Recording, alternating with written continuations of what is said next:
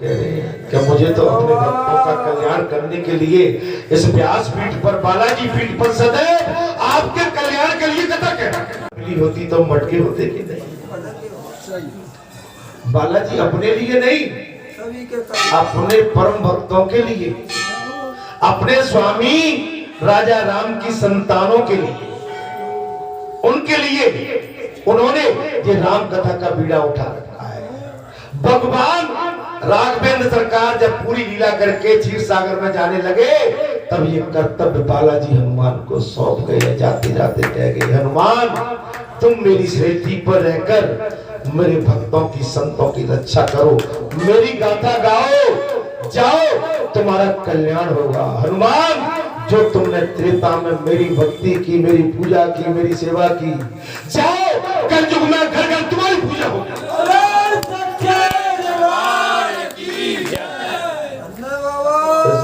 कलयुग में तुम्हारी घर घर पूजा करा दूंगा।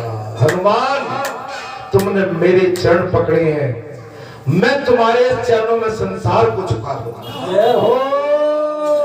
हनुमान तुमने मेरी जड़ वंदना की है, मैं पूरे संसार में, पूरे संसार को तुम्हारे चरणों में गिरा दूंगा। हनुमान तुम मेरे सर के मोर बने हो, मैं तुम्हें पूरे संसार का मोर बना दूंगा।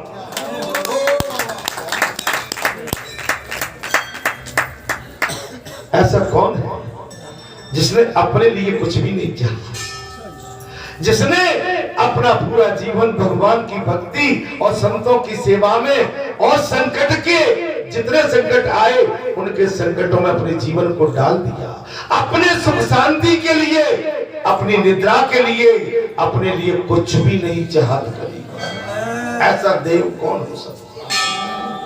ऐसा देव हनुमान बाबा के अलावा कोई दूसरा नहीं है। संतो, हे फकीरों, हे महावीरों, आज समझो कि हम बहुत अच्छी जगह जुड़े हुए हैं। आज मैं प्रातः काल से ही प्रफुल्लित हूँ। अंदर इस समय पूरा जो समुद्र होते हैं महाराज, वो पूरे हिलोरे ले रहे। आज मैं ये लगता है पूरे समुद्र को निकाल के आपके बिल्कुल चरणों में डाल।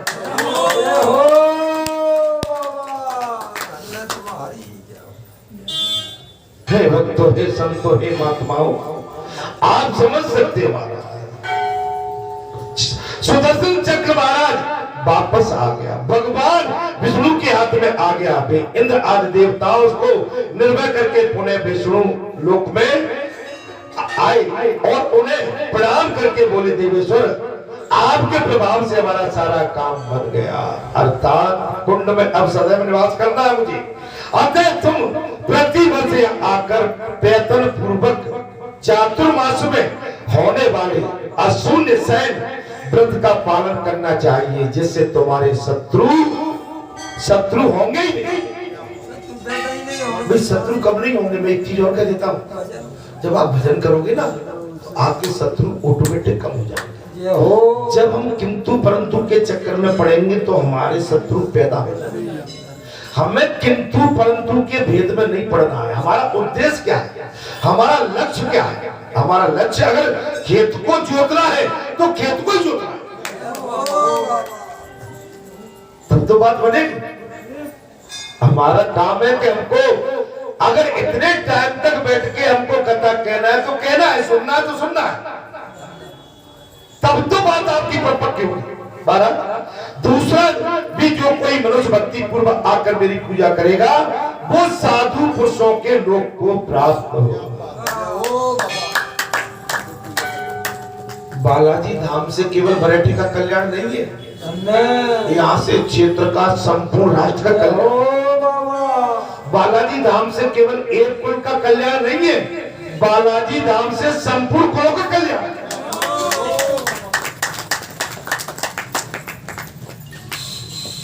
बालाजी भगवान एक के नहीं रहते, भगवान तो सबके।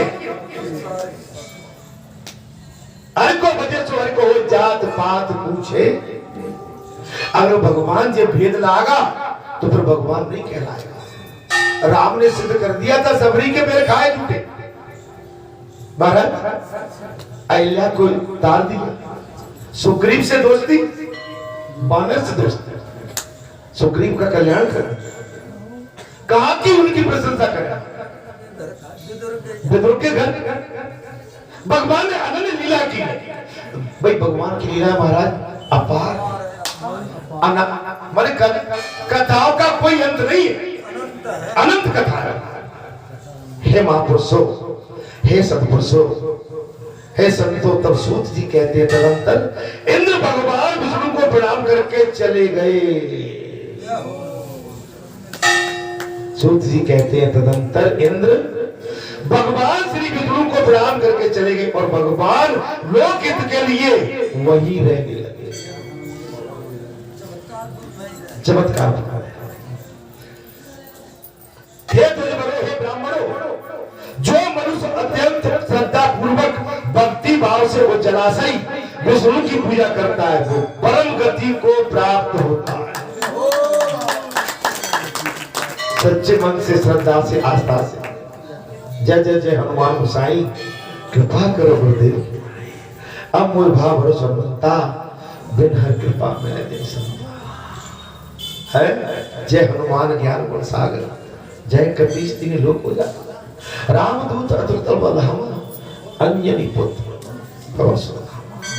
महाराज ऐसा देव बाबूदेव है, आप इसको मना लोगे महाराज, नाचेगा, मनाएगा, गाएगा, आपके साथ चलेगा, मार्ग बताएगा, सच्चा मार्ग बताएगा, आपको ऐसी जगह ले जाएगा जहां ले जाने के लिए आपकी हमारी कल्पनाएं भी नहीं जाती।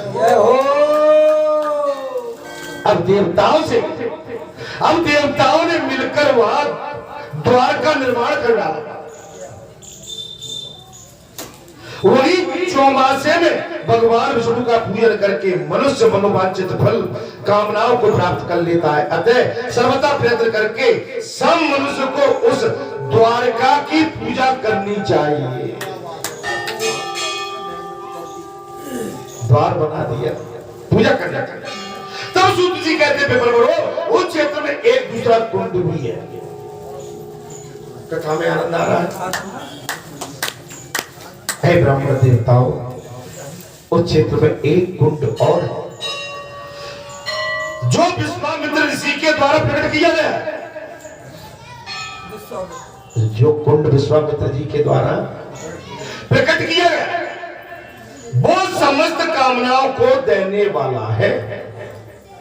हे ऋषियों, हे मामुनियों, उसी क्षेत्र में एक और कुंड जो है विश्वामित्र जी के द्वारा निर्मित किया गया है, वो सारी कामनाएं पूर्ण करने वाला है। तब ऋषियों ने पूछा, सूत नंदन, विश्वामित्र मुनि का वह निर्मल तीर्थ किस समय प्रतिष्ठित हुआ? हे मुनिवरों, हे सूत नंदन विश्वामित्र जी मुनि का वह निर्मल तीर्थ किस समय वहां पर प्रतिष्ठित हुआ? तब सूत जी बोले, हे ध्वजवरों, बोले हे ब्राह्मणों, वह पहले से ही एक साधारण झरना था। क्या था? एक साधारण झरना था जो पृथ्वी पर मातम से युक्त होकर बहता था। फिर उसी में देव नदी गंगा वह स्वयं आकर स्थित हो गई। गंगा भी आ गई, देव नदी गंगा, जिसमें स्नान करने वाला पुरुष तत्काल सब पापों से मुक्त हो जाता था। जिसमें पाप युक्त कोई भी मानव उसमें स्नान करता था तो पापों से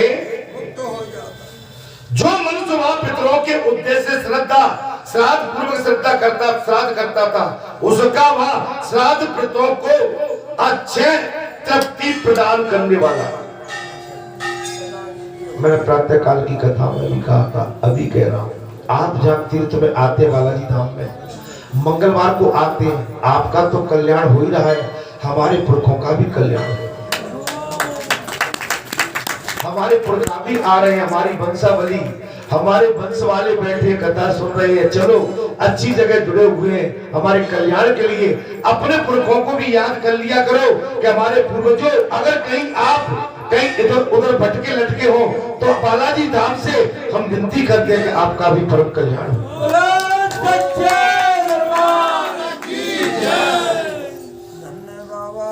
तृप्ति करने वाले उस उत्तम तीर्थ में जो कुछ दान हो जब आदि सत्कर्म किया जाता है उसका अनंत फल है। आप यह दान करते हो ना तो दान को बताओ, कथा करते हो ना तो कथा की गाथा मत गाओ, किसी को दक्षिणा देते हैं दक्षिणा मत बताओ, किसी के साथ कुछ पुण्य बांटते हैं अपने पुण्य को मत बांटो। तो आप पाप करते हैं तो पाप को बताओ, लेकिन पाप को छिपाते हैं और पुण्य को बताओ। क्या करते हैं?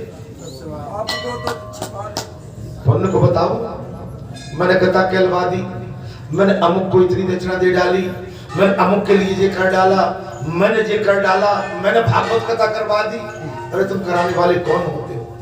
तुम पर भागवत जी की दया हुई, उन्होंने कथा कहलवा ली, तुम्हारी क्षमता नहीं थी कि तुम कथा कहलवा ली।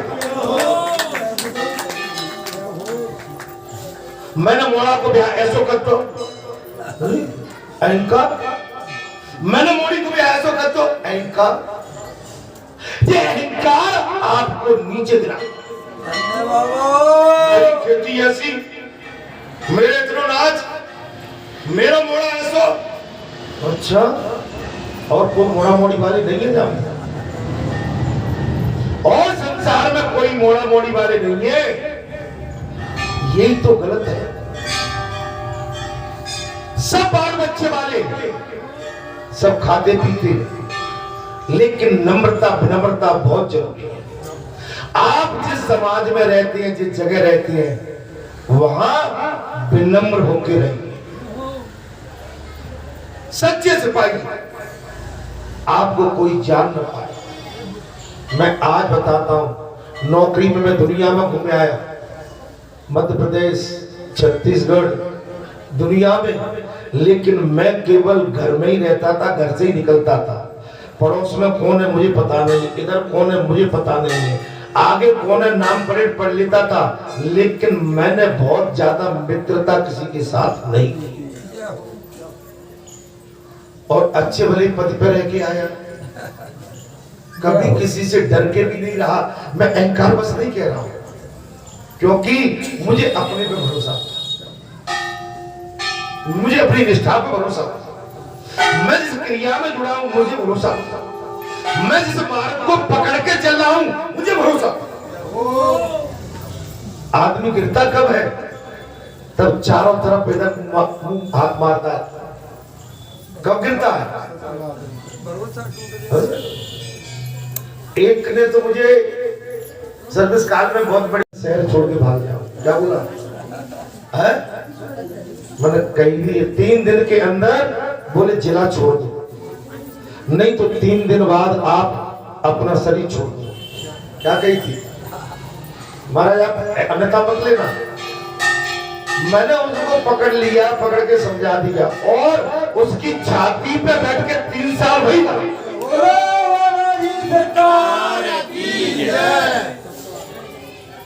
क्या कहा मैंने?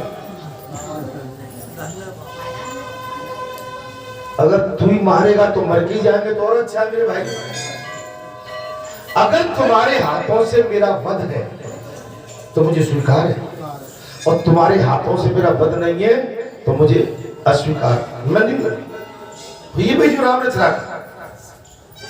आदमी की निष्ठा मानो, पर पक्का हो, पक्का हो, विश्वास हो, अपने में विश्वास हो, अपनी करनी पर विश्वास हो, तब आदमी असफल हो, चंचल हो तो वो तो विफल हो ही जाएगा, कहीं भी फैल जाएगा। और पूरा भरोसा हो भगवान के चरणों, ईश्वर के चरणों, माता पिता के आशीर्वाद पर, अपनी पूरी ये भारत की संस्कृति है उस पर विश्वास हो। महाराज एक समय की बात आती है, मैं भी बुद्धू हूं महाराज, मैं इधर उधर सरक जाता हूँ, मेरे इधर उधर सरकने में आपको कोई परेशानी तो नहीं होती? कोई नहीं महाराज। मैं अपना अनुभव बताता हूं, मैंने जो अनुभव किए वो बताता हूं। तो मैं अनुभव आपको शेयर नहीं कराऊंगा तो आप में परिपक्वता कहां से आएगी? मेरे जीवन में भी बहुत खटास मिठास आई है, मेरे में नहीं, आपके सबके जीवन में आई। ऐसा कोई नहीं बचा। एक समय की बात है महाराज, सूत जी बोले ब्याद के बाढ़ से घायल हुई एक मृगी उस देव नदी के जल में घुस गई। ब्याद से घायल थी। एक शिकारी ने शिकार कर दिया और उस देव नदी के जल में घुसी और वो वही उसकी मृत्यु हो गई। घायल इतनी देव नदी के जल में घुसी, शिकारी ने शिकार किया, उसकी मृत्यु हो गई। उस पुण्य जल के प्रभाव से वो वही मृगी स्वर्ग लोक में मेनका नाम की अप्सरा हुई है।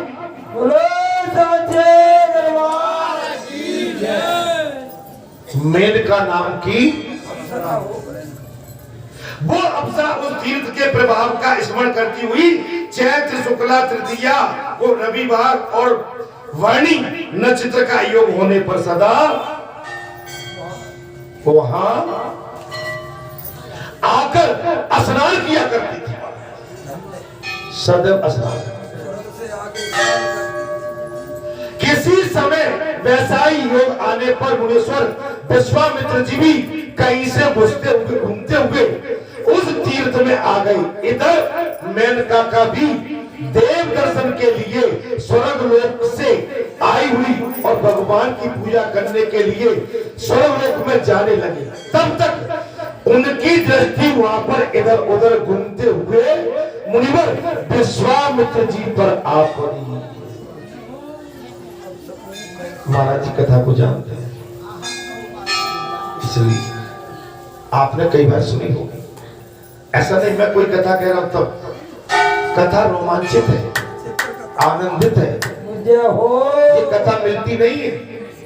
व्यासपीठ पर 7 दिन की कथा चलती है, समय कम रहता है, अभाव रहता है। इतनी व्याख्या के साथ, लंबे समय के साथ। अब यहाँ पर संगीत नहीं बजा है, 8 बजे से कथा चल रही है, 3.5 घंटे बगैर रोक टोक के हो गए। मुझ पर समय है, उन पर समय नहीं है। उन्हें समय सीमा के अंदर ही कथा कहना है। मेरे पास अनलिमिट है।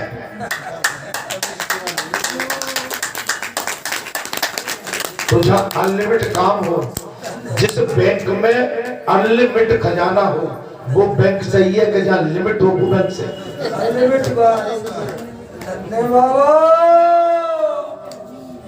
जिस बैंक का खजाना कम रहे, हमें गए लेने के लिए धन नहीं मिले, तो वो बैंक चाहिए कि जहां मिलता ही रहे वो बैंक चाहिए।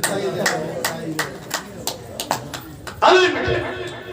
विश्वामित्र जी की नजर पड़ गई महाराज, उन्हें देखते ही मेनका काम के अधीन हो गई, मोहित हो गई विश्वामित्र जी और शीघ्रता पूर्वक उनके समीप गई। उस अदृष्ट पूर्व सुंदरी को देखकर मुनि ने पूछा, कल्याणी तुम्हारा शुभ मन वाणी और क्रिया द्वारा भगवान विष्णु के चरणों में तुम्हारी अब चल भक्ति हो। उन्हें तो आशीर्वाद दिया, भगवान की भक्ति करो, लेकिन यहाँ कुछ और ही हो रहा है। क्या तुम सदाचार और विनय से युक्त होकर सदा प्रिय वचन बोलती हुई अपने पति के चरण बिंदों की सेवा में संलग्न रहती हो?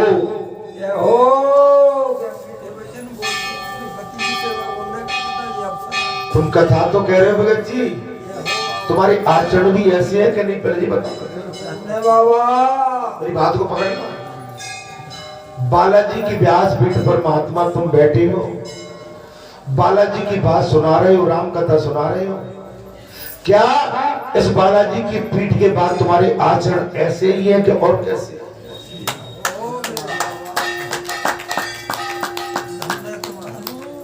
आपके आचरणों में क्या है? बात यहाँ है, बात यही आ गई, साफ कह दिया। प्रिय वचन बोलती हुई आपके पति के जड़ बिंदुओं की सेवा में तुम संलग्न रहती हो कि नहीं? हे माताओं, तुम कथा सुनने आई हो, तुम अपने पतियों के जड़ों की पूजा करती हो कि नहीं करती? नोश तो नहीं देती? पूजा करते समय ऐसे तो नहीं कर देती? बात ये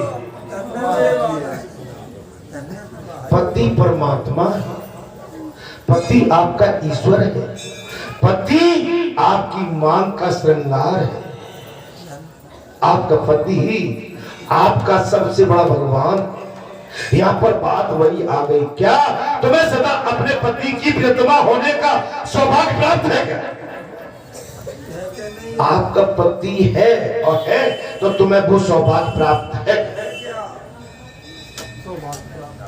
क्या? पति के सामने अथवा परोक्ष में भी तुम्हें दार आदि से अपने बंधु बंधुओं तथा स्वयंदेव का सत्कार करती हो। क्या तुम पति के सी जाने पर सोती हो? पति जब सो जाते हैं उसके बाद सोती हो? क्या आपका पति सो जाता है तभी सोती है? हाँ, कभी अटक रही है। जय हो मेरे बाबा, तुम्हारी जय हो। जब विश्वामित्र जी पूछ रहे हो क्या तुम पति के सो जाने पर सोती हो, उनके जागने से पहले उठ जाती हो?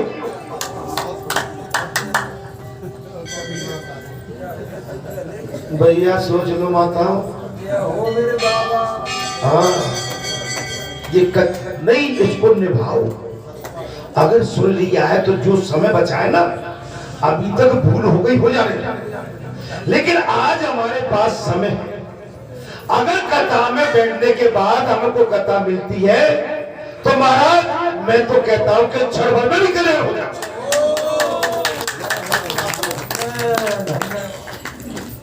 कलयुग केवल नाम आधारा, सुमिर सुमिर अभी टाइम है। पतियों से झगड़ो मत, पतियों से झगड़ती है माताएं अधिकांश। इतनी देर का कौन थे? नहीं, पति देखिए बाहर निकलता है, उसको 10 काम रहते हैं, हारा थका जाता है बेचारा, संसार में निपटता है, इसकी सुनता है, उसकी सुनता है, दुनिया की सुनता है, हारा थका जाता है। और वहां पर भी आप तभी नहीं, जब पति लौटता है उसकी मासूमियत को देखो, उसको कितना मासूम लौटा है। उससे घर के अंदर घुसने दो, उसे अपने कपड़े ढीले करने दो, उसका जलपान करो, उसको बैठने दो, उसको अगर भोजन नहीं किया है तो भोजन पाने दो। भोजन पाने के बाद तुम कौन सी धर्मशाला लेके बैठी हो, धीरे धीरे अपनी सटका दो। जय हो मेरे बाबा। द्वारे से पहले वो फॉर्म जी ऐसो अरे गलत बात है, ये हमारी माताओं को शोभा नहीं देता है। क्यों? आप किसी माता ने तो आपके पति को पैदा किया होगा। जब आप अपने पुत्र को पुत्र मानती है तो आपका पति भी किसी का पुत्र, किसी की माँ का बेटा है। क्या उसकी माँ होती तो जब बहू ये बात कह रही, माँ आके नहीं कहती बहू मेरे बेटे से ये बात मत कर, मेरा बेटा हारा थका आया, बेटा आजा मेरी गोद में आजा, मेरा लाल, मैं लाल के हवा करता हूँ, पानी करता हूँ,